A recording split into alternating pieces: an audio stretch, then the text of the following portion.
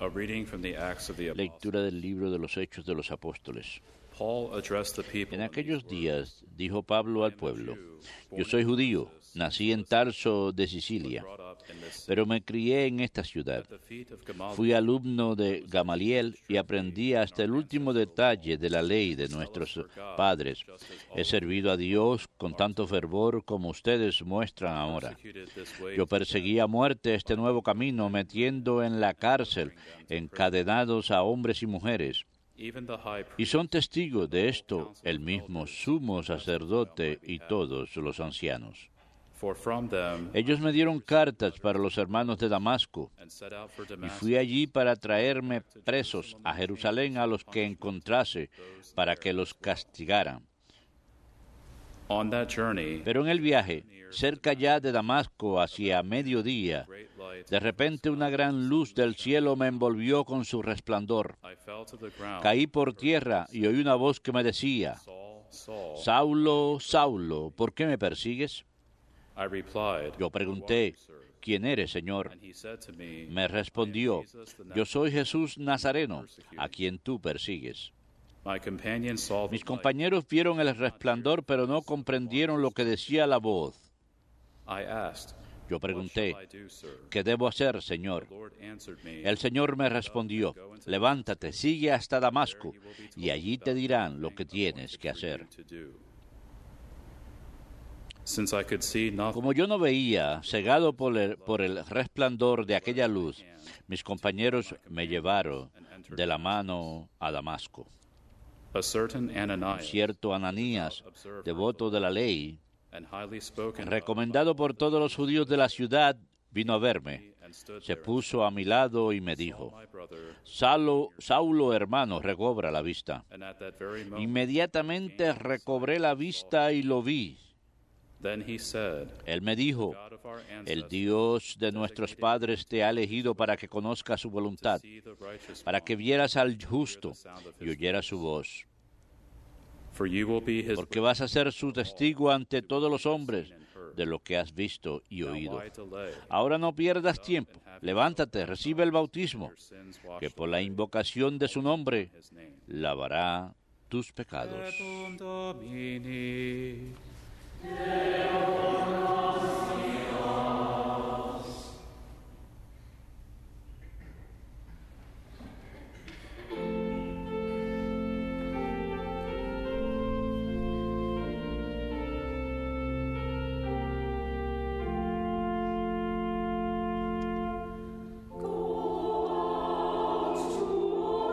Vayan al mundo entero y proclamen el Evangelio. Vayan al mundo entero y proclamen el Evangelio. Alaben al Señor todas las naciones. Aclámenlo todos los pueblos. Vayan al mundo entero y proclamen el Evangelio. Firme es su misericordia con nosotros. Su fidelidad dura por siempre. Vayan al mundo entero y proclamen el Evangelio.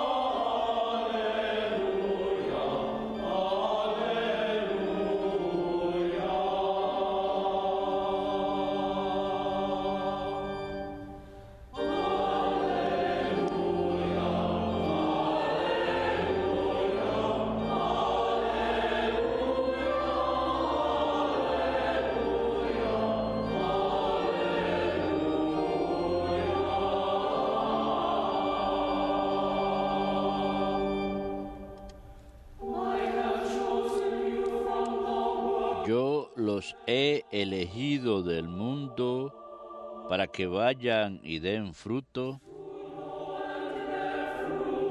y su fruto dure, dice el Señor.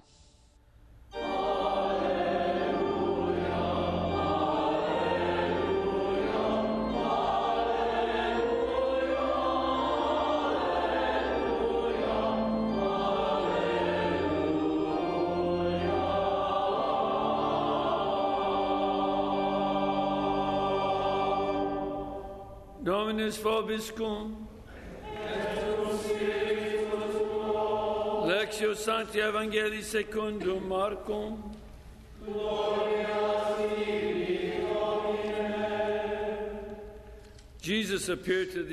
En aquel tiempo se apareció Jesús a los 11 y les dijo: vayan al mundo entero y proclamen el Evangelio a toda la creación. El que crea y se bautice se salvará. El que se resista a creer será condenado.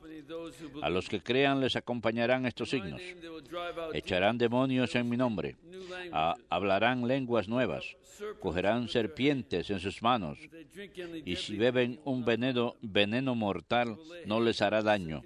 Impondrán las manos a los enfermos y quedarán sanos.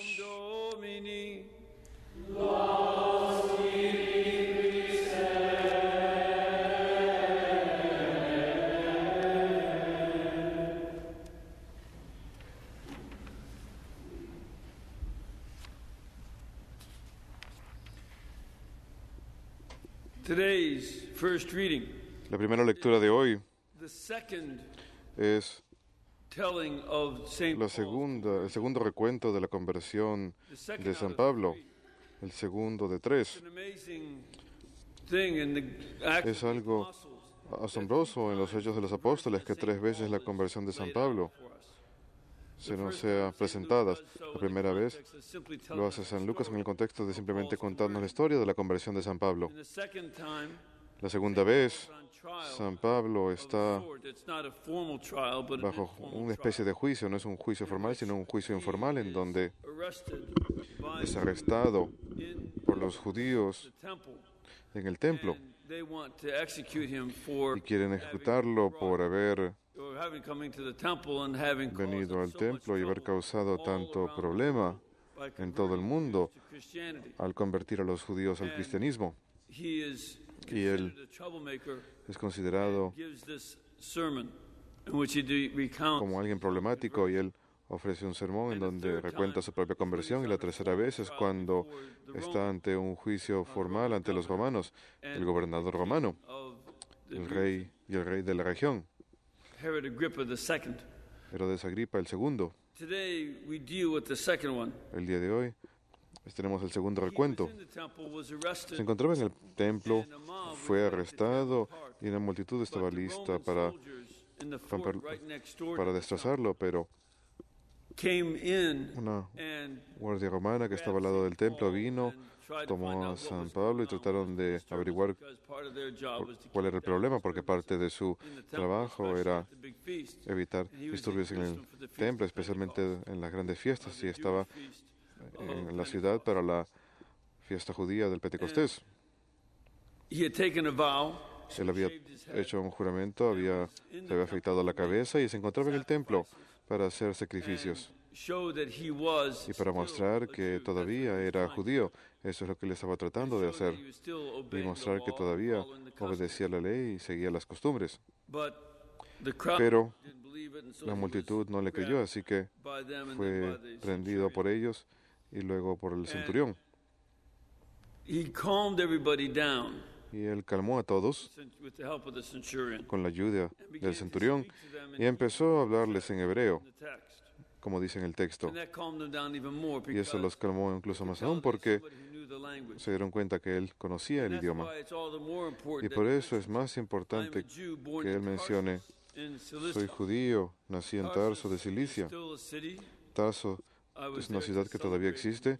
Estuve para celebrar el principio del año, el comienzo del año de San Pablo, cuando celebramos ese año paulino, y hubo una gran celebración en su ciudad natal, pero era una ciudad en donde se hablaba griego, así que el hecho de que supiese hablar hebreo Era indicativo de que estaba bien instruido en el judaísmo. No solamente conocía la fe, sino que la conocía en los dos idiomas, tanto en griego como en hebreo. En segundo lugar, el hecho de que haya dicho, fui alumno de Gamaliel y aprendí hasta el último detalle de la ley de nuestros padres. Gamaliel solía ser el maestro más grande de su era. Se le conocía como el maestro más grande de su generación. Y como dice en el Mishnah, cuando Gamaliel falleció, la rectitud murió con él. Era tan respetado, no solamente como un gran maestro, sino como alguien que vivió la ley. Y haberlo tenido como profesor distinguía a San Pablo como uno de los mejores educados de su generación. Y él había servido a Dios con fervor. Estaba tratando de presentarse a sí mismo como al mismo nivel que los demás que estaban presentes. Estaba tratando de mostrarse a sí mismo como un perseguidor de los cristianos, así como la multitud estaba persiguiéndolo a él. Y es curioso que él recuente la historia de su persecución en el contexto del perseguido. Es un elemento muy importante de estos recuentos de parte de San Pablo. Por eso es que él dice, yo perseguía a muerte este nuevo camino, metiendo en la cárcel, encadenados a hombres y mujeres, y son testigos de esto el mismo sumo sacerdote y todos los ancianos. Ellos me dieron cartas para los hermanos de Damasco. Había un tratado que permitía que los sumos sacerdotes judíos arrestasen judíos renegados en Damasco. Eso lo sabemos de fuentes que son externas al Nuevo Testamento. Y él iba a vivir ese tratado al perseguir a los cristianos conversos en Damasco y los iba a traer de regreso a Jerusalén para que fuesen juzgados y ejecutados. Y es dentro de ese contexto de San Pablo, el perseguidor, que está tratando de cumplir su misión con gran fervor, que Cristo se le aparece y lo detiene en su camino. Y esto es muy importante. A menudo todavía hablamos acerca de que la gente tiene una experiencia de Damasco, se ha convertido en un ejemplo para la conversión de aquellos que están opuestos a la fe y que tienen una conversión súbita al haber encontrado a Cristo mismo. Y esta es la forma en la que San Pablo cambia. Uno de los elementos muy importantes de la historia de la conversión, en los 3 ejemplos diferentes que escuchamos, oímos lo mismo, que Jesús lo llama por su nombre. Saulo, Saulo, ese era su nombre en hebreo. Saulo, Saulo, ¿por qué me persigues? Recuerden, San Pablo proviene de la tribu de Benjamín, así como él lo menciona en sus cartas. ¿Quién fue el más famoso de la tribu de Benjamín? El rey Saúl, así que fue bautizado por ejemplo del rey Saúl. Así que Cristo le llama por ese nombre. Pero la pregunta que le hace es algo sorprendente. ¿Por qué me persigues? Durante su vida, San Pablo nunca conoció a Jesús en persona. Él no conoció al Señor en el ministerio público. Así que ¿cómo puede decir que lo está persiguiendo, que está persiguiendo a Cristo, cuando nunca lo conoció en su vida corpórea? Es una pregunta muy importante porque lo que San Pablo estaba haciendo era perseguir a los cristianos.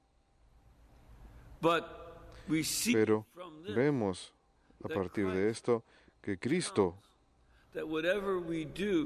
cuenta con que lo que le hagamos al más pequeño de sus hermanos lo estemos haciendo a Él, así como lo vemos en San Mateo capítulo 25, lo que hagamos al más pequeño de los hermanos lo estamos haciendo a Cristo. Y este es un argumento muy importante. Creo que San Pablo derivó su teología entera, su teología de la Iglesia, como cuerpo místico de Cristo, a partir de su conversión. En la primera a los Corintios, capítulo 12, la tercera epístola que escribió, Él dice que la iglesia es el cuerpo de Cristo. Y llegó a entender eso a partir de estas palabras de Jesús. Cuando el Señor le dice, me estás persiguiendo, no estás persiguiendo a ellos. Hubiese sido verdad si el Señor hubiese dicho, estás persiguiendo a los cristianos, pero Cristo no dice eso. Dice, me estás persiguiendo a mí. Y San Pablo deriva un sentido muy importante de la iglesia